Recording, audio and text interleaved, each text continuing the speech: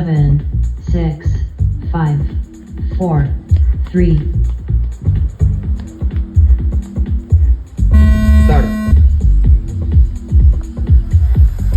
Добро спортсменско чисто влизане на моделите, много добро разиграване тук в S-образната зона. Битката е много оспорвана, темпото е още от самото начало много високо.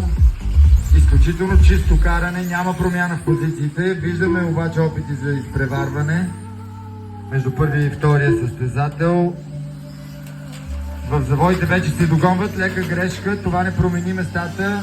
Имаме свито купе, леко се поразминаха, тук стана щета, имаме тежък удар, първия трябва да спреме този финал и да го пуснем наново, тежко тук има нарушение, голямо сборичване стана. Тук беше си наказателно темпо.